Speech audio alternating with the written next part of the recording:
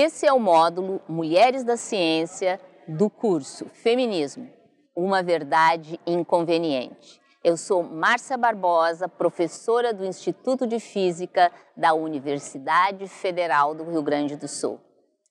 E eu sou Carolina Brito, também sou professora de Física da Universidade Federal do Rio Grande do Sul. E para essa aula de hoje nós dividimos esse módulo de Mulheres na Ciência em 4 partes, onde a primeira a gente vai falar sobre estatísticas desse tema no Brasil e no mundo. Depois a gente vai conversar por que é importante ter mais mulheres na ciência. Depois vamos discutir as causas da baixa representatividade de mulheres nessas áreas. E no final a gente vai comentar um pouquinho quais seriam as ações que a gente pode fazer para tentar melhorar esse quadro. Então, nessa questão de estatísticas no Brasil e no mundo, a gente vai também subdividir em 3 partes, onde a primeira, eu quero conversar um pouquinho sobre, será que são poucas mulheres? E para falar sobre isso, eu quero começar apresentando o problema através de 2 fotos. Nessas 2 fotos, o que vocês estão vendo são fotos da formatura de Biologia da URGS e uma foto de Direito. Então, a foto de Biologia é representativa das áreas de Bio, ou seja, Medicina, Farmácia, Biologia, e as fotos de Direito são representativas das áreas de Ciências Humanas, que inclui Direito, Ciências Sociais, entre outras. O que vocês estão vendo nessas fotos? A primeira coisa que vocês estão vendo é o seguinte, tem muitas pessoas nessa foto. Então, vocês estão vendo essas escadas ali, que é uma escada onde tradicionalmente as pessoas que se formam tiram fotografias, e tem várias pessoas ali. Quando a gente olha quem são essas pessoas, a gente se dá conta de que mais da metade são mulheres. Aí, vamos contrastar essas 2 imagens com a fotografia da formatura da Física, que por acaso é a minha fotografia de quando eu me formei, mas ainda é representativa do que nós temos hoje, que significa que nós temos, em média, entre 10 e 15 pessoas formadas nessas áreas anualmente. Então, primeira observação, não há pessoas nas ciências exatas. A física, nesse caso, representa as ciências exatas. E, em segundo lugar, entre as poucas pessoas que existem, pouquíssimas são mulheres. Bom, então, até aqui nós mostramos fotos. Fotos são importantes, dão exemplos, mas são exemplos anedóticos. Agora eu quero falar de números, quero quantificar o problema. E quando eu olho o percentual de pessoas formadas no ensino superior no Brasil, e aqui eu incluo homens, mulheres, todos os gêneros incluídos, o que a gente observa é que existem 16% de pessoas entre 25 e 34 anos que têm ensino superior no Brasil. Isso é pouco? Sim, isso é muito pouco. Vocês observam nesse gráfico que eu estou mostrando ali, que é um dado do INEP, que existem 70% de pessoas com ensino superior na Coreia do Sul. Aí vão me dizer, tá, Carolina, mas Coreia do Sul é um objetivo inatingível. Ok, mas eu quero falar então dos nossos países vizinhos, o Chile, a Colômbia, que são países que estão na América do Sul e que poderiam ter um número próximo do nosso. Mas não, nesses países existe quase o dobro de pessoas formadas no ensino superior. Ou seja, quando eu escuto o Brasil tem que investir mais em educação básica, eu concordo com essa frase. Mas o Brasil também tem que investir em educação básica, mas não tem que abandonar o ensino superior, porque nós temos pouquíssimas pessoas formadas no ensino superior no Brasil.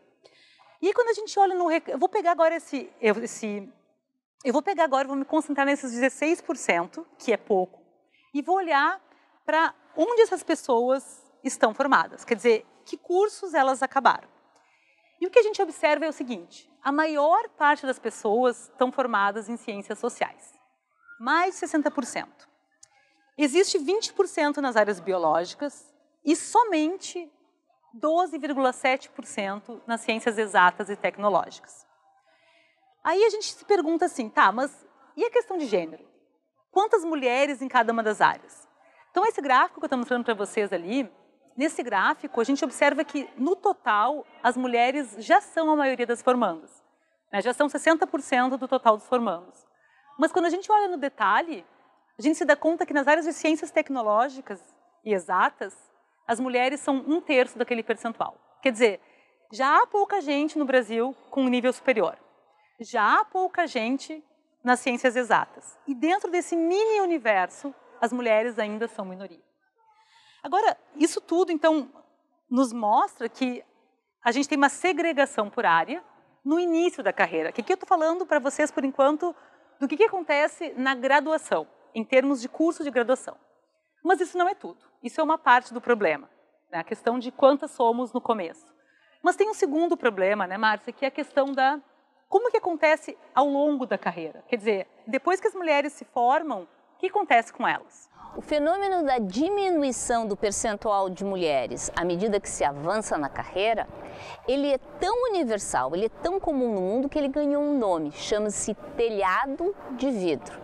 Ele significa que as mulheres chegam a um certo limiar na sua carreira em que elas é o máximo para elas, mas não é o máximo para os homens. Elas olham para cima e aquele telhado de vidro as impede de chegar ao poder. Mas será que existe telhado de vidro no Brasil? Para tentar ilustrar a existência desse telhado de vidro no Brasil, eu estou trazendo aqui um gráfico da área de física, daquela área que a Carolina já mostrou que tem um baixo percentual de mulheres, ao longo do crescimento da carreira, desde a iniciação científica até se tornar pesquisadora. E o que mostra é que à medida que a mulher avança na carreira, esse percentual diminui. Nós temos no Brasil cerca de 30 e poucos % de mulheres na iniciação científica, na graduação. Mas quando chega como pesquisadora, esse percentual não chega a 15%. Mas isso fica pior. Depois que as mulheres entram na carreira científica, elas começam a competir por uma coisa chamada bolsa de pesquisa. A bolsa de pesquisa define quem ganha financiamento e quem não ganha financiamento para fazer pesquisa. No Brasil, ela é dividida em níveis. Nível 2 para as mais jovens, nível 1D, 1B, 1C, 1B e 1A. O gráfico mostra que à medida que se avança do nível 2 para o nível 1A, as mulheres passam de 13% no nível 2 para 5% no nível 1A, só na área de física. Se agora eu for olhar essas bolsas de pesquisa, estas ficam dadas para as pesquisadoras que já sobreviveram ao crivo do mestrado e doutorado, nas demais áreas de pesquisa, eu noto algo muito peculiar.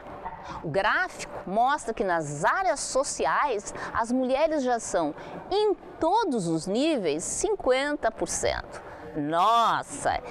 Que vitória de pico, porque as mulheres no meio acadêmico, nessas áreas, são mais de 60%. Ah, então é assim? Para eu chegar a ser 50% das bolsistas, eu tenho que ter 60%, 70% no meio profissional.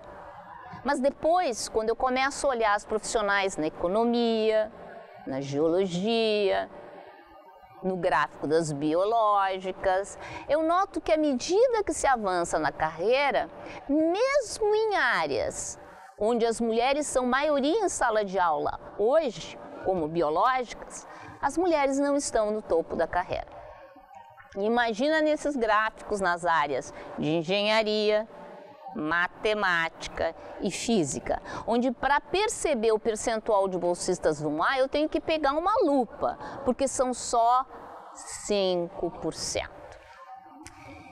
Preocupados com esse efeito tesoura, porque afinal de contas a diminuição das mulheres no avanço da carreira tem uma carinha de tesoura, né? Começa 50%, vai diminuindo e é óbvio que, como é percentual, à medida que diminui o das mulheres, aumenta o dos homens, como uma tesoura cortando as mulheres para fora desse meio.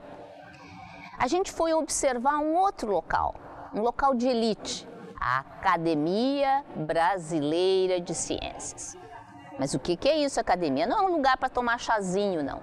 A Academia Brasileira de Ciências é uma espécie de clube em que os acadêmicos, que em geral são cientistas com certo prestígio, elegem os próximos acadêmicos. O gráfico mostra o percentual de mulheres nas diferentes áreas do conhecimento da Academia Brasileira de Ciências. Qual não é a surpresa quando a gente percebe que mesmo em áreas como as biológicas ou sociais, onde as mulheres são hoje, em sala de aula, a maioria absoluta, na academia não chegam a 25%. Mas aí vocês vão dizer, as mulheres são 25% na academia porque elas são 25% nos postos altos de pesquisa, aqueles 1A e 1B que tu recém mencionasse, Márcia. A gente fez esse estudo e o gráfico mostra o percentual de pesquisadores e pesquisadoras de todos os níveis, o percentual de pesquisadores e pesquisadoras 1A e 1B e o percentual na academia. Vamos olhar os biológicas, porque afinal é onde tem mais mulher. Nas biológicas, como pesquisadoras, o total de pesquisadoras como bolsistas de PQ está em torno de 40%. Mas aí, quando eu chego a um A e um B, diminui para um 30%. E quando eu chego na academia, são 25%. Nossa, é a tesoura da tesoura. Muita gente diz, não, Márcia, se a diminuição é devido à maternidade. Só um segredinho entre nós. Pesquisadoras 1A e 1B não têm mais idade para ser mãe, tem idade para ser avó. Portanto, não justifica essa diminuição no percentual em que a gente está observando. Esse também não é um fenômeno só brasileiro. Nós não somos tão maus e perversos assim.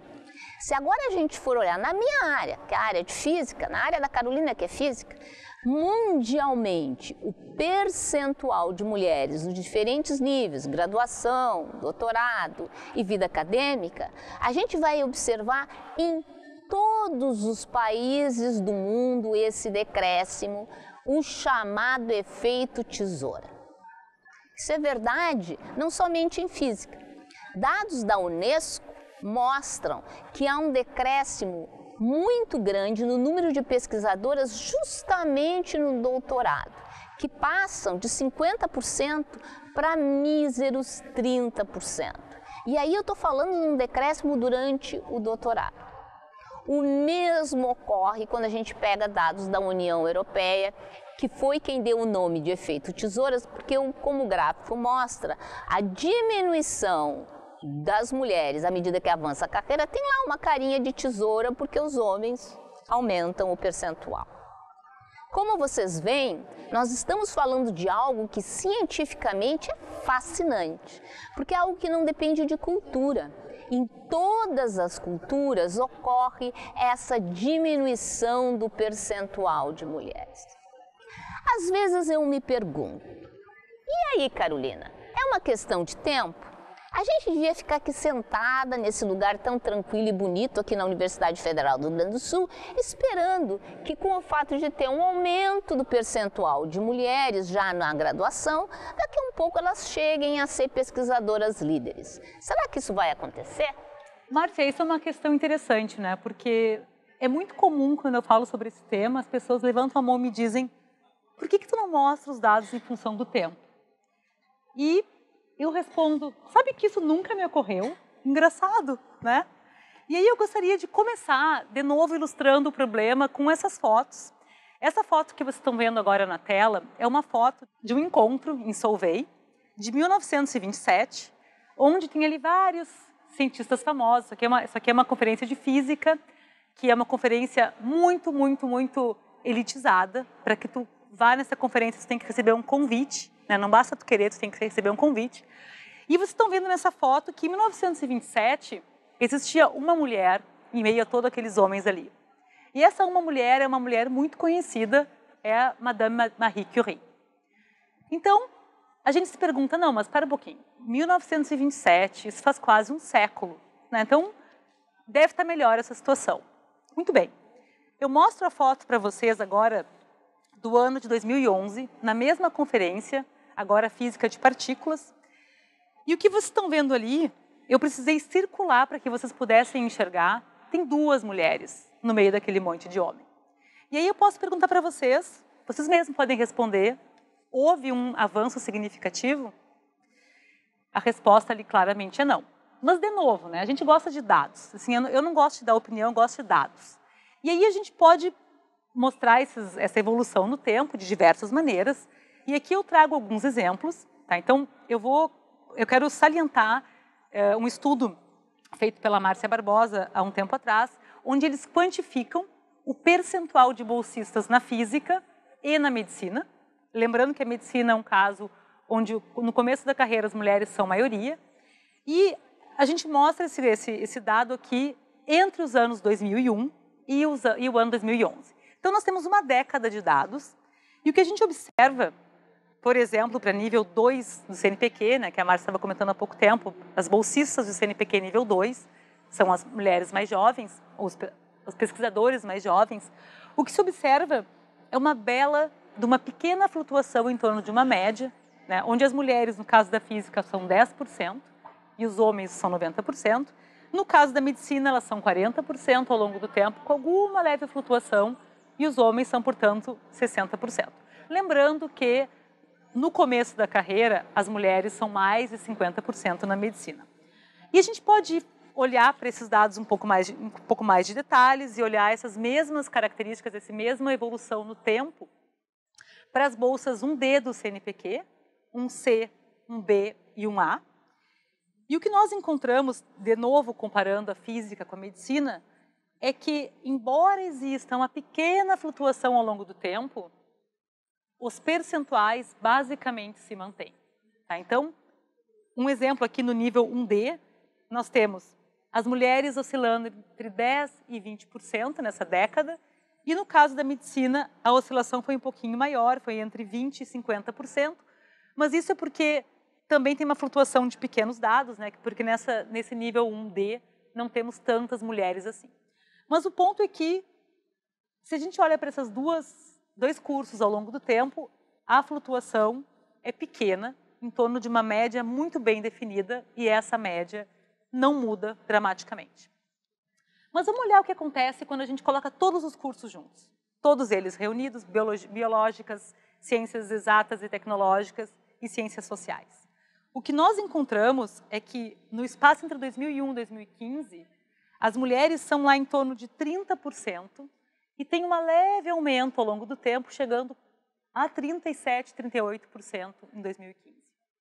Então, esses dados nos mostram que, se a gente continuar esperando, com a taxa com a qual essa coisa está aumentando, é bom a gente sentar. Talvez deitar e ficar relaxadamente esperando, porque não está alterando de maneira muito significativa.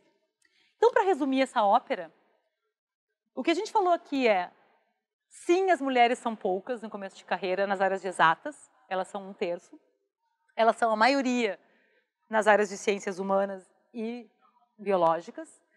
2, a gente falou que o problema do efeito tesoura, que a Márcia comentou diversos dados, ele é muito dramático, ele faz com que as mulheres sejam varridas para fora da carreira, em todas as carreiras, em todos os lugares do mundo onde a gente tem medida, e que, se a gente ficar esperando, a coisa não vai melhorar muito rapidamente.